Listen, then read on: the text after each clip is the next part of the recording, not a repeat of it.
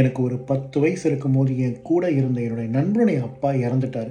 அது வரைக்கும் நல்லா இருந்த அந்த குடும்பம் அதுக்கப்புறம் ரொம்ப கஷ்டப்பட்டு என் நண்பன் படிப்பை நிறுத்திட்டு லாரி டிரைவராக வேலைக்கு போனான்றதை நான் ரீசெண்டாக கேள்விப்பட்டேங்க. இது வந்து ஒரு 30 வருஷம் முன்னாடி நடந்த ஒரு கதை.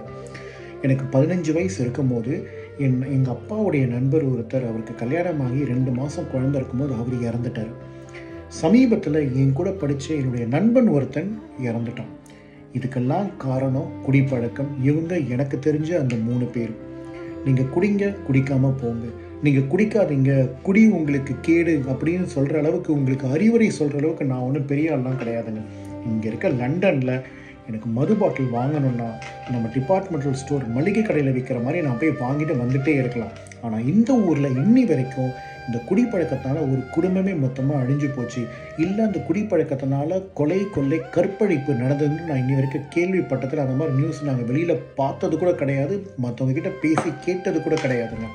ஆனால் நம்ம ஊரில் எத்தனையோ பெண்கள் குடிப்பழக்கத்துக்காக அடிமையாகி தன் கணவனை இழந்து தன் குழந்தைங்களை வச்சுக்கிட்டு அவங்க கஷ்டப்படுறதை நம்ம எத்தனையோ தடவை பார்த்துருக்கோம். அதே குடிப்பழக்கத்துக்கு அடிமையாகி கொலை, கொள்ளை, கற்பழிப்பு நடக்கிறத நம்ம தினம் கேள்விப்படுறோங்க. இவ்வளோ நடக்குதுன்னு தெரிஞ்சிருந்தோம் இந்த அரசாங்கம் அதுக்கான எந்த ஒரு முடிவையும் எடுக்க மாட்டுறாங்க.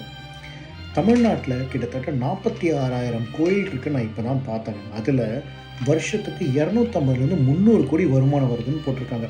அதே தமிழ்நாட்டில் 4,780 ஒயின் ஷாப் இருக்குது. அதிலிருந்து மாதத்துக்கு 4,000 கோடி, வருஷத்துக்கு 48,000 கோடி வருமானம் வருதுன்னு போட்டிருக்காங்க. இந்த வருமானத்தை வரக்கூடாது, இந்த வருமானத்தை நிறுத்தக்கூடாது அப்படின்றதுக்காகலாம் இவங்க இந்த ஒயின் ஷாப்பை மூடாமல் இருக்காங்களான்னு எனக்கு தெரியல. நான் மீண்டும் சொல்கிறேன், குடிக்கிறதும் குடிக்காமல் இருக்கிறதும் ஒரு தனி மனித விருப்பு வெறுப்பு, அது தனி மனிதன் ஒழுக்கம்.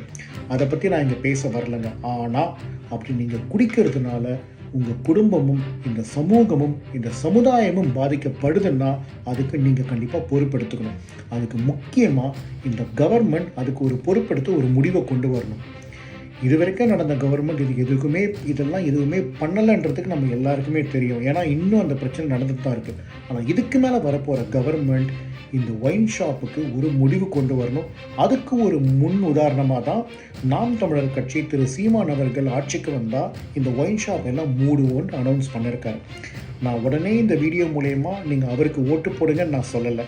ஆனால் இதுக்கு முன்னாடி இருந்த அரசியல் கட்சிகள் என்ன பண்ணாங்கன்னு யோசிங்க. இதுக்கு மேலே வர கட்சிகள் என்ன பண்ண போகிறாங்கன்றதை யோசித்து ஓட்டு போடுங்க. நான் மீண்டும் உங்களுக்கு ஒரு தடவை சொல்கிறேன், இன்றைக்கி நீங்கள் ஓட்டு போகிறது நமக்காக மட்டும் கிடையாது, நாளைக்கு நமக்கு அப்புறம் வர நம்ம குழந்தைங்களுக்காக மட்டும்தான்.